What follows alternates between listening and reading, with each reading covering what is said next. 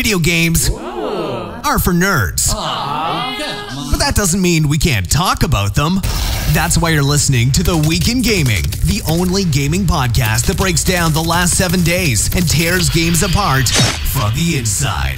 Ugh. So forget your worries, open your ears, and join Simon Miller and a co-host for the entertainment chatter you need. Also, screw Dark Souls.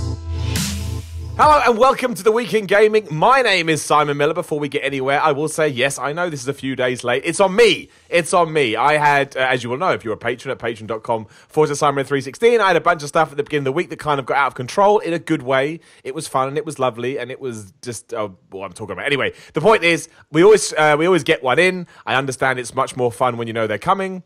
But maybe sometimes it's not. Maybe you're sat around on a Friday or something like, boom, there it is. That's how I can start my weekend. Now, as always, I am joined by my man, Sam. Sam, how you doing today? Yeah, doing good. The end of the week, so that's lovely. Exactly. Now, I am already excited. Sam and I always have a little conversation off camera, that's not right, off microphone before we begin. And I just casually mentioned that, Fallout 76 has gotten a right kicking. To the point, let me get some of I put some bullet points down of things that I'd read. I mean, obviously bad review scores, really bad. Some people giving it 3 out of 10. Other people saying it's got game-breaking bugs, that they can't even play it because when they load it up, these things go bad. And the word you can see in most reviews is boring, dull, dry, rubbish without any proper NPCs and so on and so forth. So in short, if somebody came up to me and said, Simon, I would like a collective opinion on Fallout 76, I haven't played it, so I can't comment, but I would say, from what I've read, it's a pile of dog. However, when Sam and I were talking about it, not only is he still enjoying it, but if you are a regular listener to The Week in Gaming, you will know how much Sam enjoys Spyro, which also came out last week, doing very well. Everybody likes it. And he uttered the words to me, I think I prefer Fallout 7. I don't even think there was a think in there, actually, but I prefer Fallout 76 to Spyro, the remaster. So, Sam, let's start at the start with Fallout 76. I would love to hear your response to these quite savage reviews that have been going around. I mean, it got to that point where I didn't really care about the reviews because I thought, I'm not going to play it. But then it grabbed me because I was like, well, now I've got to know because everybody gone damn crazy. So tell me, Sam, why are you the diamond in the rough when it comes to Fallout 76? Yeah, well, it's a lot of the reviews are talking about the technical aspects, and I will get onto that later because I have seen them. But my view of it is I think a lot of people, you don't want to say their opinions are wrong, but it's I think a lot of people are going. Say it, Sam. Say it. Say their opinions are wrong. They're going into it expecting sort of a new Fallout game, and I think if you go into that expecting that, you will be disappointed because the way that Bethesda has always conveyed story and conveyed its narrative has been through NPCs and stuff like that, and this just doesn't exist here. And it's more of a blank canvas survival game with environmental storytelling notes, the documents that we talked about, the audio logs, robots, things like that.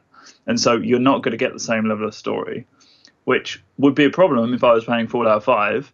But I sort of went in after playing the beta and I was like, okay, cool, I'm going to treat this as an online survival game, which is what I'm doing. And I'm really enjoying it because it sounds really like fanboy blindness to say that the game is a blank canvas, and that's a good thing because it makes me sound like, oh, there's nothing in it, but I could use that to put my own stories on it. But it's not got nothing in it. I don't really understand the point when people are saying there's nothing in the world, because there's a lot in the world. There's so much random, Fallout has quirky stuff. It has loads of quirky stuff. I was playing for an hour yesterday with a friend, which is the best way to play it, by the way. I don't think I'd enjoy it nearly as much on my own because you're just discovering these things, and it's cool with a friend. We picked up a note, and it's like, oh, there's a giant teapot. Why don't you visit that? And we were like, sweet, okay, cool. There's a giant teapot. Sweet, let's go visit that. And then we had to defend it against bugs when all the pipes were trying to boil and stuff like that. It was just random fun. And when I went into a toilet once, there was a rad roach positioned on it with a wedding ring, a bowler hat, and a cane for some reason. Not explained at all, and it's just got loads of little quirky bits like that, which are more fun to explore with friends, because you can have those moments like, oh, do you remember when we discovered that? Or in World of Warcraft and stuff, where people have these you share it together. People have these stories of the shared world. Oh, do you remember when we did that? Do you remember when we did this? And I think Fallout excels because of that, and I'm really enjoying it, playing it with friends, because it's that shared sort of experience.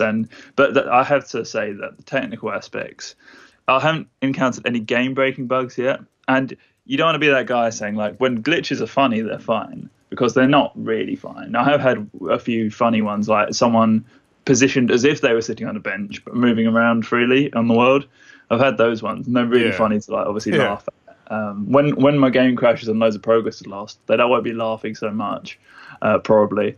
And also the frame rate is shocking. The frame rate is the worst thing about it, because every time in combat, if it's 1 or 50, obviously it's worse with 50. But even if you get in combat with one person, the frame rate dips and it looks like a PowerPoint presentation.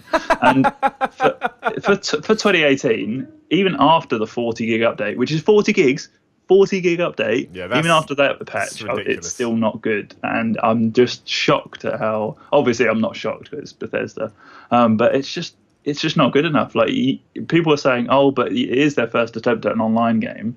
But Bethesda have enough money that I don't really think that, I could excuse them. A load of people do online games well. They do Elder Scrolls. They do, like, Destiny exists. Like, people do online games and have frame rate that works properly. I don't really understand that excuse, really. Well, I mean, the problem is not wanting to be... I know I do this all the time, but I do genuinely think this. I was having this conversation with somebody earlier who said to me, Miller, why isn't Spyro on the Switch? And their first thing was, maybe it's just not powerful enough. And I said, going on your point as well, Rockstar and Red Dead Redemption 2 has proven to me that is no longer an excuse. I don't know how they made that game. I know the PlayStation 4 and the Xbox One are powerful, but I didn't know they were that powerful. And I understand it comes down to money, blah, blah, blah, blah. But that is completely great. If you want to make it done, if you want to get it done, you can get it done. What surprises me, Sam, is how on earth are you enjoying it if the frame rate is that bad? Does it not drive you nuts? Yeah, that is weird, because when I say it, I'm like, how am I enjoying it? Because the frame rate is shocking. It's not like, it dips every now and then. Like, it's guaranteed in combat it's going down. But I guess it's just the persistence of the world. I don't really, as a side note, I don't actually think the gunplay in Fallout games is bad. Everyone always says, like, it's always been bad in Fallout games, and I'm like, has it? I've always enjoyed it. But maybe I'm just a freak. But yeah, the combat is fun enough because you have such, like, customizable weapons and stuff, and, like, it's not unplayable even though it is shocking. And yeah, maybe just the rest of the world and the crafting, and because the world itself is immersive enough that I can forgive the moments of combat, because to be honest, it's like, for the time being, I'm only really facing grunts. They haven't posed the hugest challenge in the world, so it's like, it's fine if I miss a few shots or whatever. If I face a big giant boss and then the frame rate dips to 1, then I'll probably be a bit more bitter about it. But yeah, it's manageable, and it makes you sound like I'm a defense force right now. But yeah, honestly, like, it is shocking, but it's more like I love the game in spite of that, rather than like I don't mind it, because I do mind it, but it's just in spite of that I still love it. I don't think there's anything wrong with you being a defense force for it, because, well, A, it needs it. Yeah. Like, it just does. But also, your points are valid. Like, you even just said, I don't know why I'm all right with the, with the frame rate dropping. And I think that's fair. Like, you're just not. You don't have to have a reason, explanation for anything. If you can enjoy it in spite of that. I mean, some people go, but it's not right. Well, no, fuck you. Like, if that's what works for you, again, as you said, it doesn't necessarily mean it makes it right. Not by any stretch of the imagination, but that's still how you feel about it, and no one should criticize for you. So I think that's a perfectly fine. Sometimes you can like things in spite of themselves too. There's nothing wrong with that either. The only thing let me rephrase that, because I don't know. What do you think about everyone saying that it's boring? I know you said it's better with a friend, and you may find it quite dull, but that is, aside from game-breaking bugs, which again you can't criticize because you haven't had, and that's fair as well. You can only be negative on the things that happen to you. There's another game that came out I reviewed, I think it was last year, and everyone's so mad at me because you didn't mention this. It didn't happen to me. I can't take somebody else's anecdote and apply it across, because maybe they're lying. I'm sure they're not, but you do run that risk. But I think in terms of, because what is boring is subjective, really. One man's heaven is another hell. So why do you think some of the reviews have been so because that is the word I see the most. I bet. Let me see if I type in Fallout 76 and BO. There it comes up. You put BO, and the first thing that comes up is Fallout 76 boring, as well as Bubblehead and Bone Mill. My point is, do you see where they're coming from, or is this really just one of those bizarre situations where you're like, you know what, I'm just clearly on a different plane to everybody else? I think it does just come down to expectation. And when people were saying like, "Oh, I think this would have been better not a Fallout game," I sort of agree, because it's like if you go in expecting something, if you go in for Fallout 4 and you're going to 76, you're going to be like, there's nothing in this, because there isn't any story unless you're willing to like wade through the text and everything that gives the story, because otherwise it's just you're just following quest markers like Destiny. It's like Ark sort of thing, because you're not really doing these same quests. You're doing more like objectives, like defend this for so many times and get a certain amount of these. And it's just about what you're expecting. Because if you go in knowing that, or knowing you don't want that, then that's cool. Don't play that. That's not for you. But if you go in knowing that, and just knowing that you sort of put your own fun into the world, because you are just given stuff to do rather than giving it a compelling narrative to follow. But I think the stuff that you do is fun enough because of the world and the tools that you're given to do them.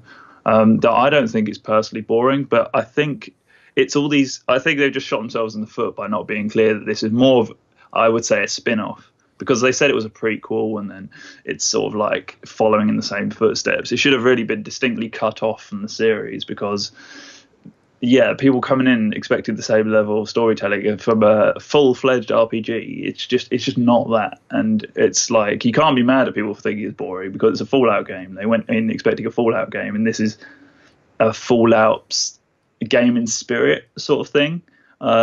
So it's hard to say that it's not boring, because I think if I hadn't have been in this industry and known so much about it, and known what it was before release, and had that sort of step back and be like, okay, tempering my expectations, I might have come into it and be like, what is this? This isn't what I've come to expect from Fallout at all. And yeah, it's hard one, because it is probably boring to the people who are coming in from that view. But I don't think it's boring, because like I said, we've got this whole world sandbox to enjoy, that for the universe that I really love. And all these things like bobbleheads and mutants that we've come to know in single player. But now I can do that all with friends, and I really love that. I mean, I think it's a fair point. I don't see how people can argue. I mean, the bug stuff, as in bugs, in-game bugs, I can understand. But again, if you're able to deal with them and they're not sort of, hampering your experience too much, then I think you can forget about it. But look, if you're enjoying just the Fallout experience with mates, I mean, that's all Fallout 76 really ever professed to be. It's like the Elder Scrolls Online. It's the Elder Scrolls we can play it with some friends. And also, look, I'm not saying you should ever accept having a buggy experience. Of course you shouldn't. And day one patches, as Sam just said, with it ridiculously big, have not made things easier. But the Elder Scrolls Online was a lot better 6 months afterwards than it was when it launched. When it launched, it wasn't as bad as this, I don't think, but it certainly was not a smooth experience. But what my point is that there is, we can look at that and hope for in the future Fallout 76 to improve, because you're not going to get another Fallout MMO. So all those people that have wanted it, you better hope they sort this stuff out. But why more than Spyro? Let's get to that as well, because you said that as if maybe you'd found some problems with Spyro, or do you mean just in general Fallout 76 is taking up all of your time? I think what I said was I'm enjoying it more than Spyro, which is a big difference to preferring it. You're right. But because the reason I say that is because when I went into Spyro, because I know those games so well, I think this game is designed for those people who played it when they originally came out, and they're sort of rediscovering that. Whereas I was just sort of looking at the blow-by-blow stuff that I knew so well. And it was more of like, it wasn't as mind-blowing as I thought it would be, because it was exactly the same content. And it was all done very well, but it wasn't like, oh wow, what's this next? What's coming next? Because I knew it all, and it was like, oh, they've done that, they've made that look that way or whatever. It was just sort of a tour through all of the worlds that I was very familiar with. So it was less sort of gripping for me because of because I've oversaturated myself with Spyro. Whereas Fallout, this is this new and exciting world. This is why I'm enjoying it a bit more, and I'd rather play it more, because I'm not just looking at the same stuff with a new lick of paint. I'm looking at this whole new place that has been designed. And yeah, that's probably why I enjoy it more, because it's just so, I don't know, just fun. Like I said, fun with friends is just so much more, gripping me. Yeah, no, fair play. I mean, have you been playing Spyro a lot, though? Or is it just kind of there for as and when you want to get around to it? It's there for as and when I want to get around to it. I've completed the last 2 games, like I said, 100% before, so it's not like I'm rushing to do that again. So, yeah, it will sort of be one of those days like, I might just do a few levels here and there, like rather than sink loads of time into it again. Oh, there we go. Sam's week of playing games, where Fallout 76 has come out on top. In fact, just because we're here, I know Metacritic, who cares? But it's fun. I'm going to look. I'm going to have a look. The user scores just piss me off so much on Metacritic. Well, so... that's just a bunch of people are all hopped up on sadness, isn't it? Just throwing themselves out there. I don't know why I keep looking at them, because it always makes me angry, and then I'm always looking again and it makes you angry. Well, that's the same reason people read the comments. They just lure you in, don't they? And you're there. Yeah. To be fair, it's only on 50 Fallout 76. I mean, the user score is 2.7, but that means nothing. 50 is not as bad as I was expecting. I mean, really, I thought it was going to be through the roof. And that's on PlayStation 4 if you're interested. I don't know what the Xbox One is. I mean, the worst score on there is a 3 from 6-axis. However, I like the people at 6-axis. They're very nice. They also gave NBA 2K18 a 3 out of 10 simply because of microtransactions, which actually weren't that bad. I mean, they were very aggressive, don't get me wrong, but I played that game for about 12 hours. And anyway, neither here nor there. Push Square gave it 3. CGM magazine 4 out of 10 from The Guardian. Video Gamer gave it a 4. GameSpot gave it a 4, so on and so forth. Poor experience, burned by its own ambition. It's rubbish. It's rubbish. That's brilliant. That's the kind of review I would want to do. I mean, everybody says it's had potential, but yeah, bugs and glitches ruin the experience, so on and so forth. But as Sam has very well pointed out, you know, that it can be, I don't want to say it can be circumvented, but clearly there must be a way to do it. Right, let's move on to the other big game. Is that it? You got anything else you want to throw out there, or is that good? You feel like you've... No, I think Fallout is just... Yeah, I think that's the basis of it, really. Just the frame rate, really, is the biggest thing. Just, like, sort that out. I am amazed by that. I mean, fair play to you, Sam. Being able to... just ignore that. A bad frame rate is, I mean, it can be done. Like, I played that Call of Cthulhu game, and it certainly wasn't great in that because it was so placed. I mean, I know Fallout is so placed as well, but that was just like, it judded every now and then. This sounds like it's constant. So, yeah, I saw a report saying that the PS4 Pro ran it best at a stable 30, and I'm like, how is that an achievement? Yeah, the most powerful console can run it at like 30. Like, what is that about? Yeah. No, it's true. It's true. Right, the other big game that's come out this week is Battlefield 5. Now, neither Sam or I have played this. However, and some people go, well, you can't talk about it if you haven't played it. Yes, we can't talk about it and pretend that we have, but you can't have a game like Battlefield 5 come out and do a video game podcast and just ignore it. That'd be absolutely ridiculous. I mean, the interesting thing is, everyone seems to be very high on it. Like, I know it's got some 7s and whatnot, and people saying, it's fine. But mostly... I guess you're looking at it from a Call of Duty point of view, as most people do. But mostly the thing that I kept reading is apparently the team play, or, you know, as you just mentioned, playing with others, is superb in this video game. Yeah, the squad, because they've got a new squad system that's been revamped as well. Yeah, that's right. And do you know much more about it than that? Like, I only know the headlines, but from everything I've read, like, if you're looking for a game to play with your mates and you want a shooter, and, you know, you want the whole, FPS war scenario that we've all got used to, then really you pick Battlefield over Call of Duty, no end, or at least that's what it sounds like to me. Yeah, I think it's they've worked to make squads more meaningful in the sense that I can't give specifics without the research, but it's like you get more, like the squads can give ammo and heal each other in a much more meaningful way, and so that's how team play is really encouraged, and you sort of have that attachment to your squad much more than before, which is great, because if you've got 5 mates and you're just like in this big warfare but you guys are sticking together, that's a really cool experience. And that's what Battlefield 1 was so good, because you could have that little squad and then sort of feel like you're in that unit rather than just in this sea of players, you know what I mean? So yeah. No, but I think that's why, or that's where Battlefield and Call of Duty go their own ways. If you just want a game where you want to run and shoot people, I'd say Call of Duty. If you want something, I'm not going to say that takes a bit more thought, but maybe something that's a bit more weighty and certainly has more, I don't want to say depth, because Call of Duty, I think this year is actually quite good too. They're just different these days, and I know they go head to head, but it certainly sounds to me anyway like EA and DICE have been very smart in how they've brought this to the market anyway. I mean, I'm not going to play it. It's unlikely. I think I'm done with those games now. The reason I got Call of Duty this year is because I wanted to see if the Battle Royale mode could get me. It didn't, and now I'm like, I had my time in the sun. I don't necessarily feel like going back to them. But I know there's apparently... I never know about this stuff till I play it. Apparently, tonally, it's not great, because obviously it's set in World War II, and there's a lot of things that aren't historically accurate, be it the weapons or whatever. But as I say with all of this stuff... Or the women. Well, do you know what I mean? Also, and I mean this in a good way, but no one's talking about that anymore, are they? No. Like, you know, what? Like, why did everyone make such a big deal? Look, it's come out and we're all still alive, you bunch of morons. But, yeah, like I never really, as long as it's not insulted, look, the way I see it is this. If you're based on World War II and you put zombies in your game, there's far few other things you can do that's going to make me raise an eyebrow. So... Yeah, I don't know. Like, as long as it's respectful to a certain degree, I don't necessarily think these things are always going to be one-to-one based on an actual war. Yeah. And I think as long as they're not insulting, then I haven't got a problem. And also, if you're going to go that route, they shouldn't exist to begin with. Because, well, any kind of war is devastating, and this is still a company, you could argue, I don't see it this way, but if you are going to walk down that path, the argument is, well, they're making money off a tragedy. The tragedy may have happened 70 years ago, but it's still true. Yeah. And so, I think collectively, as a society, we decided that's not the case, and therefore, we don't need to get too upset about it.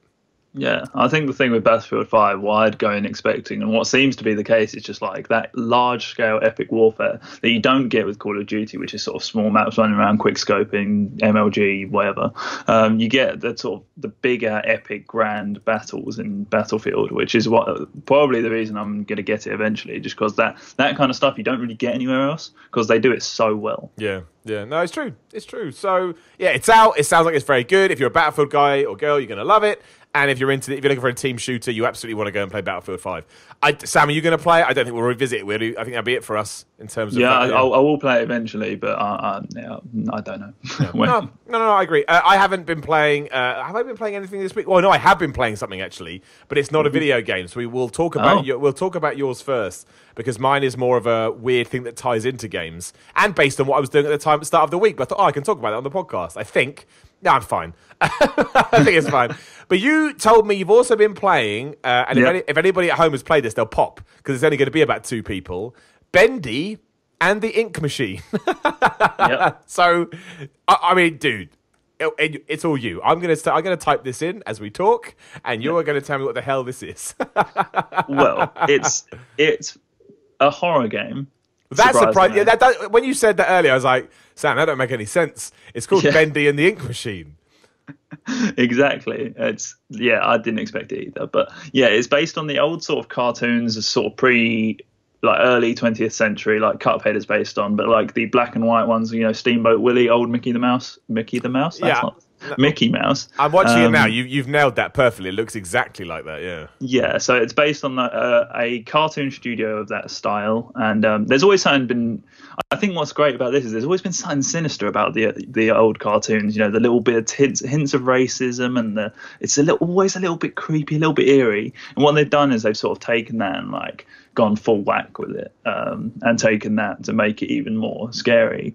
And so the premise is you are invited back to your old colleague's cartoon studio. You used to work with him on these old cartoons, and you go in and everyone's gone. It's abandoned. And you find audio logs similar to BioShock. And as soon as it was similar to BioShock, I was like, yes, I'm down for this. Yeah. And you go along and there's an ink machine. Of course there is. Yeah.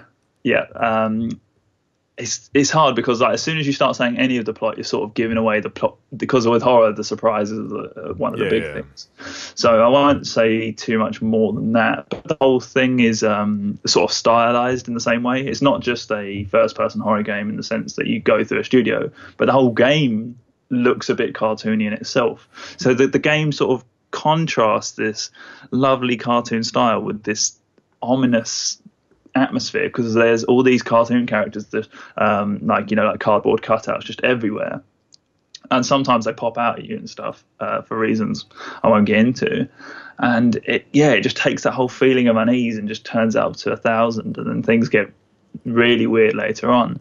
And what's interesting is the studio that makes it, I can't actually remember the name of the actual studio that makes it, but they've renamed themselves for this game as the studio that is in the game, if that makes sense. Of course they did. So you are entering the developer studio, essentially. And that's a really clever mechanic, because the whole game is made by the studio that makes these cartoons in the game. And it's weird, because it's not one of those hidey, heavy-breathy, outlasty sort of things. It has got a bit of combat to it. It has got a bit of... it's more puzzles. But for now, it's just... when something's got such a compelling art style that you just want to see more of it, to see what more it could do. That is one of the major things for me. It's just everything looks amazing, and it's just I just want to continue just to see what they're doing with these cartoons and doing with this world that they've created. So it is really good, and it's a horror game that does something differently, which is always blessed. I'm always so hyped about horror games that do stuff interesting, because a lot of them are very similar, right? So when something comes along that's really like, oh, I haven't seen this before, I'm totally down. Is it anything like Five Nights at Freddy's? And not the way that it plays, but in the sense how it plays off the tropes of something. I'm just looking at it now. Like, a lot of the stuff is cute, but also sinister at the same time, which is the thing that always used to freak me out at Friday Night at Freddy's. You look at these things, you're like, okay, you're cute. You're also the worst thing I've ever seen in my entire life. Yeah, I guess you have got that. It's a little bit different in the way that, it's very hard to say anything about this game. But yeah, it's sort of the same in the sense that all these things that shouldn't be sinister are suddenly becoming very scary. It looks horrific. It looks like a game that I'm never going to play in a million years. Yeah, it's definitely, it's not big on the jump scares so far. I haven't finished it. Yeah, wow. It might be, who knows? But yeah, it's very interesting, and that's cool. I appreciate that and I respect that. I mean, what's it on? Is it on PC, Xbox One, PS4? I think it's everything? On PC, PS4, Xbox One, and Switch. Right, it came out last year as well. Is that right? I think the first chapter came out last year, and now they've got the complete edition. Right, I see. That's what it is. So now you can just get it all in one big hit. Yes. Right, well, there you go. What's it called again? Bendy and the Ink Machine. Bendy and the Ink Machine. Yeah, that horror game. It's by Joey... I've lost it now. Joey Drew Studios. Which is the studios in the game. You are invited back by Joey Drew in the game. Right, okay. Well, there we go. An episodic survival horror game. I've never... How did you come across this? I'd never even heard about it. Someone was like, do you want to review this? You were like, yes, I am. You're like, that's my job. I was like, let me look it up. How much, on a scale of 1 to 10, how much did it scare you? Well, there's a few jump scares that were like, ugh. But in terms of scares, like, it was more atmosphere. Like, Silent Hill 2 doesn't scare me, but it's my favorite horror game ever, you know? Right. Yeah, no, I get it. So, yeah. Okay. That's nails the tension atmosphere, I think. Cool. I think if you like horror games, check it out. I'm watching it now. There's a terrifying thing in it. It looks like Goofy. Do not like that thing at all. Absolutely that's horrendous. Boris. Okay, well, of course, why wouldn't it be? Right, so the thing I wanted to talk about, and complete transparency, I was working to promote this at the start of the week at a mobile phone show that happened in London on Monday, Tuesday, Wednesday, and that is the arrival of 5G, which does happen in 2019. I always like to say that stuff so people don't think I'm trying to promote this, let anybody know. I'm just telling you, this is just my opinions, and if you want to think I'm being biased, that's fine, you're allowed. I'm certainly not, and to be honest, if I hadn't liked it, I just wouldn't have talked about it, because I gained nothing from doing so. But yeah, like I saw, at least I got this kind of the headline news in terms of what 5G is going to bring next year, obviously when it comes in. And I tell you, man, when it comes to gaming, I was genuinely surprised. Like, I know about 5G because we're technology guys and I like to look it up. But I didn't really ever think about what people are trying to do with it. And of course, the real big thing is making this idea of Netflix for games a reality. And when I say that, I don't mean at the moment when you have stuff like Xbox Game Pass or whatever EA's service is called that I forget the name of. They're literally talking about the idea of you don't need an Xbox, you don't need a PC, you don't need a Nintendo Switch, you don't need a PlayStation 4. You just sign up for a service, depending on whatever service you fancy, and you just stream everything in the cloud. And because the 5G speeds are so fast, I mean, I was the people I was working for 3, and they had set up a 5G mast at this building to let us stream games directly from it, and I would never have known.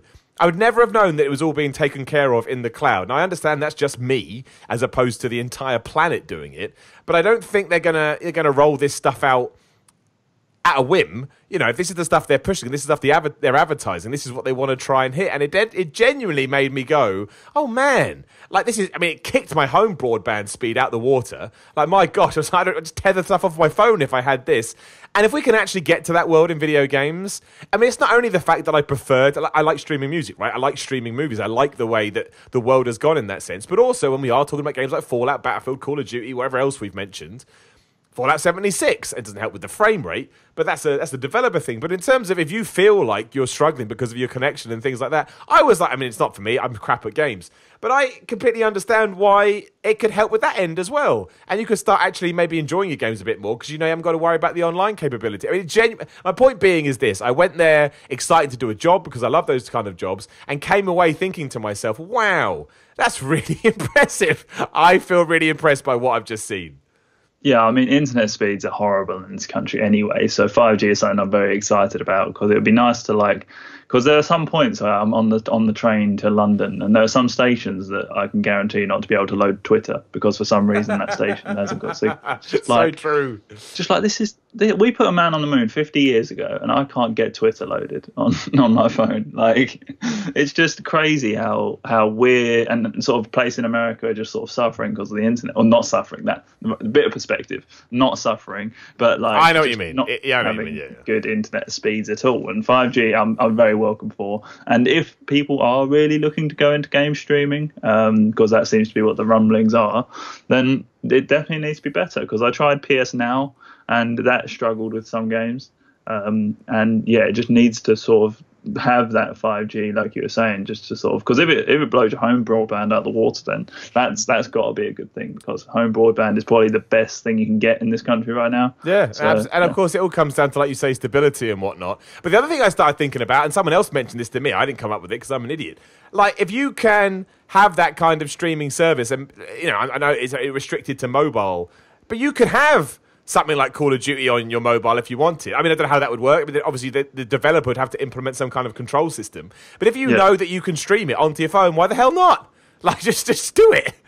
So yeah, that'd be great. And we were using, let me get the name right, I think it was NVIDIA's GeForce Now service. Yeah, GeForce Now, which is in beta at the moment, which is a streaming service. That's what it is. And it really is. I hadn't even thought about it. Like, I knew that was the idea, but yeah, it's just one of those things I thought, look, I got a gaming podcast. I can actually, as someone that's been playing games for 20, 30 years, I can actually see how this could be a potential game changer. So with that in mind, I'll mention it. And that was that. And now everybody can do with that information what they should so wish. I know I'm excited about it now. Yeah, I'm excited. Anything to improve internet speeds, I'm all up for. Especially on my phone. And also imagine, I now sound like I am promoting them, but imagine you don't have to move house and worry about connecting stuff. You just tether shit off your phone. It'd be so much easier. I know I understand there's a money cost involved, but who knows? Who knows? It's just some ideas I was thinking about. A few news bits before we finish the podcast with something that we have to talk about, but I'll leave it as a tease for there. Meant to mention it to Sam before we start. I didn't, so that's a surprise for him as well. There were some mumblings this week that they were going to reveal Diablo 4 at BlizzCon this year. Obviously, we know they didn't. And the reason they changed their mind is, and Sam, if you've read anything more about this, please do let me know and jump in. Apparently, it was going to be like Dark Souls, or in the sense it was going to be an over-the-shoulder game, so third person, and then someone at Blizzard wait. I don't think this is a good idea. Let's take it back to being more like Diablo 2. Now, because Kotaku's Jason Schreier, he did an interview with loads of ex and current Blizzard employees, and he said that they're currently toying with the idea of either doing what they usually do, the isometric top-down, or the over-the-shoulder third person. And so I guess it might have been like, should we? Ooh, I don't know, because that could have been even worse if they'd have revealed Diablo 4, but they'd gone to an over-the-shoulder perspective. That could have been even worse than Diablo Immortal. But it's good to know that they're taking care with it. They're not just like, yeah, fuck it, we'll just do a Dark Souls camera, you know what I mean? They're actually thinking about it and umming and ahhing about it. Because, like, as much as they're made out to be the worst people in the world right now, Blizzard, they care about Diablo. They don't want to release a bad Diablo 4. So I'm glad to see them sort of, if they did pull it, I'm glad to see them pull it. If they're not happy with it, I don't want them to run it just to fill a quota or whatever. Yeah, no, I totally agree with you. And I'm all up for developers experimenting. I think that there's nothing wrong with it, especially if they I know I shouldn't say this given all the fallout, but more power to Blizzard if they the whole thing. But I'm more if they actually, tried something new and then also had the self-awareness to say, oh wait, no, this is not working. Yeah. I think that's great. I think more developers would do that because there is a cost involved in doing it. And who knows, they may have struck on gold. So I'm actually a big fan of them giving it a go. I mean, I'm not a Diablo fan, so I understand why maybe people won't know. I can understand people say it was a waste of time and so on and so forth. But I thought when I saw the news, I thought that would be interesting. Although if it's like Dark Souls, screw that. We've got enough Dark Souls as it is. And don't forget, at some point, they're going to announce a new one of those. And then I guess they kind of have, haven't they? What the hell was that other game called that they talked about? Sekiro Shadow Dark stupid. Oh, I'm going to have to play that, aren't I? Anyway, let's not worry about it. Yeah. This is the place I've got myself in. Scary games and Dark Souls. Souls, moron. Also, if you've got Hitman 2, you can kill Sean Bean, which I loved. I mean, obviously, you know, if you don't know, there's a whole meme out there about Sean Bean dies in all his movies. And now you can go kill him in Hitman 2. Although apparently Hitman 2 is not selling very well, which upsets me. I mean, we don't know. It's only been out like a week or so, but I saw a few... someone said that Hitman 2 sales are reported to be down 90%. Which made me want to throw up in my mouth. I mean, that was based on Hitman Absolution, I should say. And that's only physical sales. I've got all these notes. That's also just physical sales. And as we know, digital downloads are doing a lot better. But then I did see another person that said, well, actually, it's not doing that well on Steam, which is always quite bad. And also, given that it's Black Friday today, it's already been discounted, although Fallout 76 was as well. So, you know. Yeah, it's discounted everywhere, Fallout 76. Yeah, but that could be... But obviously, it's different for Hitman 2, because Hitman 2... people loved, right? University said this is probably the best open world game you can play. Yeah. But that will suck, because if this one doesn't do well, that's probably it for Hitman 2. Hitman in general. Like, I know the last one obviously had all that problems with Square Enix. Then you have another one. I don't really see how you come back from it. Yeah. Well, I don't either, to be honest. No, we'll see. It sucks. People don't like Hitman. Simple as that. Business is about... Yeah, I like IO Interactive. They do a really good job with those games, but it's just a case of, like, maybe there's not a big enough audience to justify it. Which is crazy, right? The ultimate open world experience, which is everything everyone... the video games are weird. And Sam, I may let you talk about more about this one. You may not have played it, you may have. This just makes me obviously want to stab myself in the face. Pokemon Let's Go, Pikachu and Eevee sold 3 million copies in 1 week. Not even a week. It was less than a week if you actually look at it. What even is that game?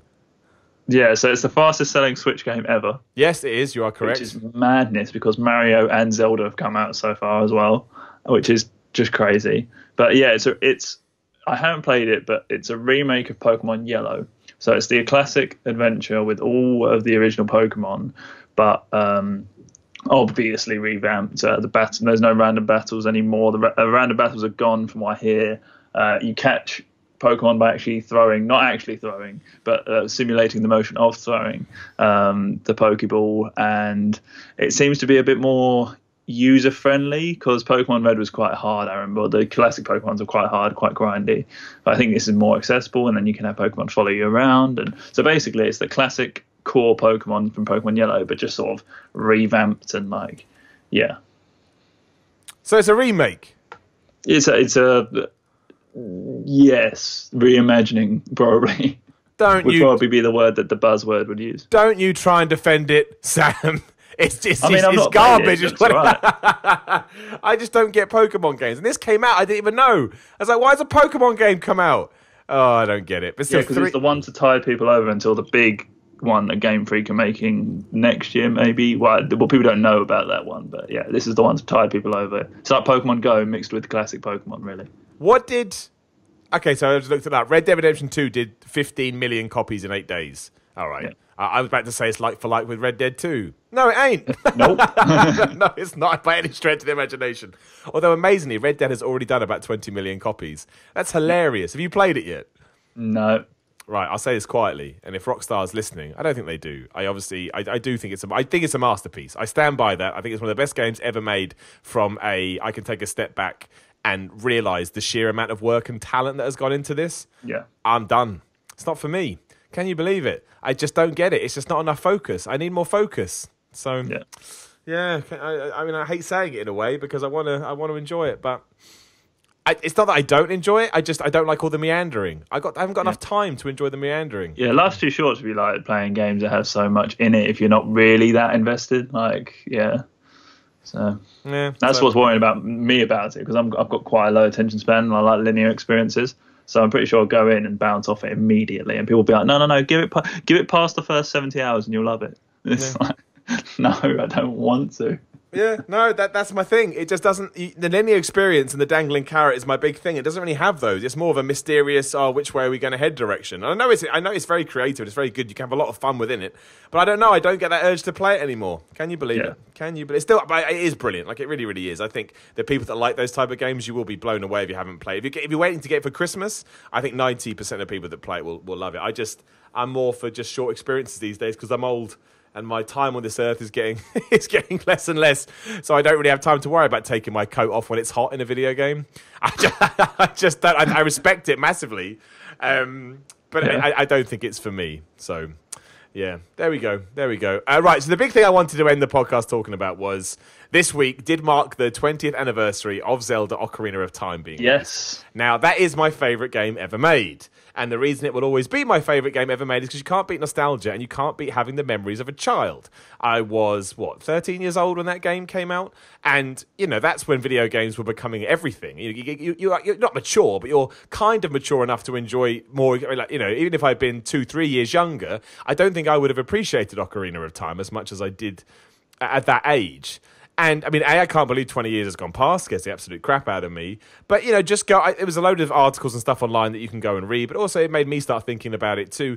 And it was kind of twofold to me. Not only did I get excited is the wrong word, but not only did I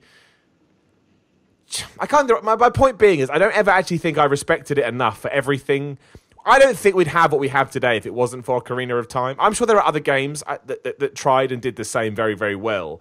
But for me, like the idiot kid gamer that didn't know much and, played Nintendo and that's all that I did, I didn't know what open world was. When I came out of Hyrule, when I came out into Hyrule Field, I couldn't believe that there was no obstructions and I could go, no restrictions, just go wherever the hell you want. And then you get a horse, and the whole world continues to expand. That's the best thing about it. The way it's developed and the way it's structured is actually really good in saying, now here's a bit more of the world, here's a bit more of the world, here's a bit more of the world. And sure, it's not as big and it's not as expansive. It's probably not even as...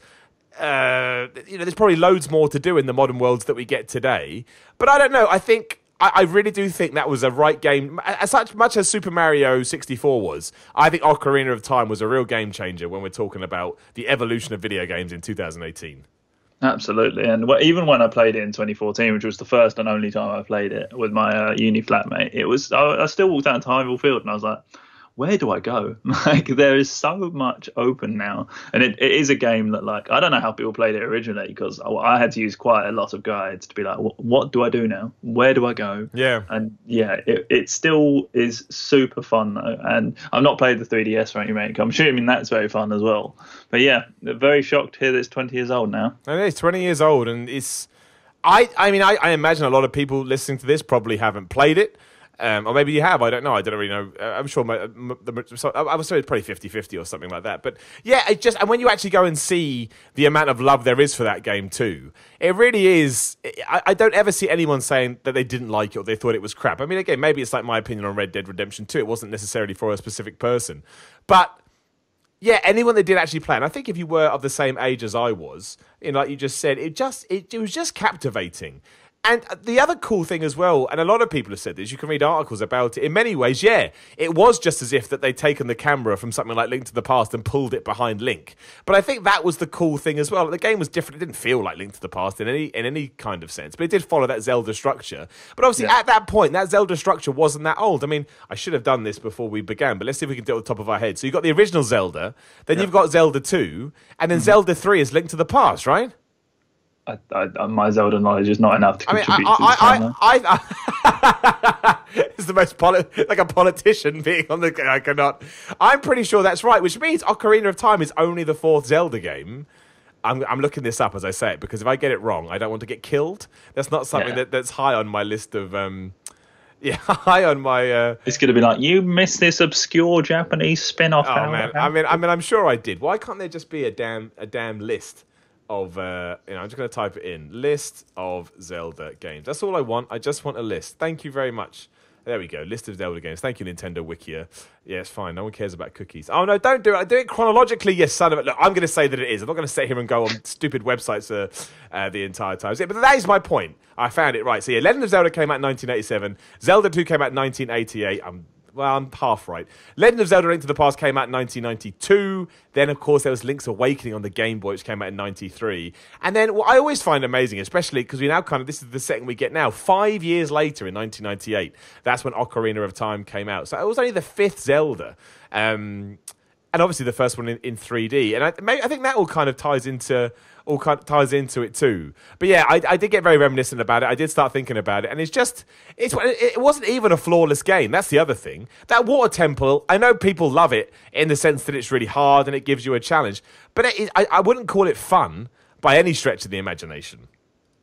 So, no, it's very it's heavy, isn't it? That's not really the right word, but it is heavy in the sense that you are deliberately trying to find your way through things. Whereas Mario was just like bouncing and flouncing and fun. Yeah. Zelda was a bit more, I don't know, like a bit more like an open world RPG, which sounds weird to describe it like that, but it sort of was. No, it was. And that's the other thing as well. I talk about this with music a lot. To get into the more hardcore music in any genre, you need some kind of gateway to get there. So, Yes. if you want to get to, say, death metal in metal, you may start with a Metallica or a Linkin Park or something like that, something that's a bit more accessible and a bit more easy. And I kind of think that's the same with Zelda, and I imagine a lot of people disagree with this, but it was, especially how old I was, the first time I'd really played anything that could be resembled a more hardcore RPG in the sense there was a day-night cycle and so on. And again, an open world that you could and you literally did take on a role. So maybe without that, maybe I wouldn't have got to the likes of Dark Chronicle, which I did start playing a few years later, or who knows what else. And yeah, I think even in that respect too, it made an impact. It is a lot like the Black Album by Metallica. I do think it made RPGs a lot more accessible to people that before that probably just wanted to play platformers or racing games, football games, whatever else was popular back then. Yeah, are you saying that it's the Linkin Park of RPGs? Well, I don't want to say that because I don't like Linkin Park. However, I do appreciate that Linkin Park made that kind of genre far more popular than probably it was beforehand. It would be a great quote just to put on Twitter, just to see how people respond. Well, I when I feel a bit more ready for the abuse, I'll do it. But I don't know. I don't think it is what is the first ever open world game? Do we even know? I mean, there's probably one that came out in the 80s like or loose something. definitions. It's probably hard to pin down because one might have a big world and then be like, it was open world, but it's not really. Yeah, you're right. You're right. But to me, it was certainly the game that introduced what an open world could be and what came along with that. And it felt expansive and big and, all those kind of things. And for that, I'll forever be grateful. There was a time when I certainly tried to play it every year. I don't know why. I just did. Every Christmas, I decided I wanted to play Zelda Ocarina of Time. And I loved it so much. I did get it on Christmas Day. And I remember telling my parents that I wasn't going to go to my nan's house that day for Christmas. And I was just going to sit around and play Ocarina of Time, which they correctly said to me, well, if you do that, we'll just take the game away. And I was like, fair play. I will I will go. And I'm glad I did. I'm glad I did in retrospect. But yes, Ocarina of Time, 20 years old. Essentially, I think it was on Thursday, Wednesday, or something like that, Tuesday. Still, this week, it is 20 years old. And that is absolutely crazy to think that all this time has passed and Zelda, well, you could argue it's more popular now than it ever has been with Breath of the Wild, which, very handily, Nintendo also came out and said it doesn't fit in the timeline. So all the people that kind of did all those posts about that doesn't exist. It exists on its own wave. So there you go. Do we even know the Zelda timeline? I've got no idea what it is. I thought they were all different games because they all contain the same. You're still capturing Zelda and you're still exactly. Yeah. So I'm like, what? Is there a timeline? I thought they just. I don't know. It's like kind of the Mario timeline. Like, no, he fought Bowser in this game before he fought Bowser in this game. Like, what are you talking about? They're just different games. So true. People are idiots. That's the problem. Actually, one more thing I will throw in there actually before we wrap it up is that Shenmue developers came out and said they raised $7.1 million from 81,087 backers on their Kickstarter, and I really hope they're not making a video game for the fee of $7 million because that is not going to make anybody happy. Just anytime I hear about Shenmue, I'm just like shaking my head. I'm just like, what is going to happen? The fact that they've said it comes out, we talked about this, but the fact they've said it comes out August 2019 in August 2018, that just screams to me that something has gone drastically wrong. That's just my opinion. But look, I don't like Shenmue, so it's irrelevant what I say. It's all about the people who like Shenmue. So, good for you. And also, of course, go out there and buy yourself some stuff today. It's Black Friday. This will go up sort of late Friday afternoon, but Black Friday all goes, it goes on all weekend. You can get a PS4 Slim for £220. That's good. I got a neck pillow off Amazon for 10 quid. That's good. That's really good. You can get a PS4 Pro with a 1 terabyte console and Red Dead. How much do you think it costs? Go on. £330. That's That's pretty much how much the console will cost. You basically get a free game, and it's dropped anyway. Also, if you wanted to get into VR is dirt cheap now for what VR is. I mean, it's still expensive. Yeah, they're pretty much giving it away. Yeah, it was pretty much £150. £150 for VR is nonsense. Considering the price point to enter that was just like $350. Exactly, which is ridiculously cheap, and the Switch is doing quite well. And people obviously now have loads of stock of Switch. I'm not trying to pimp anything out. I'm not going to give any sort of places to go. But honestly, some of the gaming deals, I will actually pimp one because it's good. If Amazon have got a deal where you can buy 2 games for £50, and I hate both of these games, but still, one was Battlefield 5 and Destiny 2. That's a pretty good deal considering Battlefield 5 came out 72 seconds ago. Yeah. So yeah, go take the most of Black Friday deals. Enjoy your weekends, and then when all your stuff comes on Monday, you'll be over the moon. Yeah. I got a God of War for Black Friday. So how much did you get? 25 on digital 25. on PS Store. That's the digital deluxe as well. So it's got the theme and the digital comic book and all that nonsense. That's awesome. £25. Yeah. That's ridiculous. That's ridiculous. See, so everyone go take advantage of that if you have the funds. Don't waste your money. I think that's it, Sam. You got anything else that went down this week? I don't think they did. No, it covered all bases. Yeah, covered all, as we do. Hence why it's called The Week in Gaming. Yeah. As always, if you're watching on YouTube, leave a comment below. If you're on iTunes, give us 5 stars. Give us a little review. I think that's all you can do. You want to help support the podcast, you can at patreon.com/Simon316. That's always nice. Otherwise, yeah, just keep enjoying games. Just keep doing that. Keep having fun. Sam, thanks very much as always. My pleasure as always. And yeah, we'll be back next week. Should be Monday, but you just never know with the crazy roller coaster that is the week in game. But the point is, there will be an episode next week. That's all that matters. Once again, enjoy your Saturday, enjoy your Sunday. Go listen to my wrestling podcast. Why not? Just keep me in your life 24 hours a day until you hate me and want to die. I will speak to you all very soon.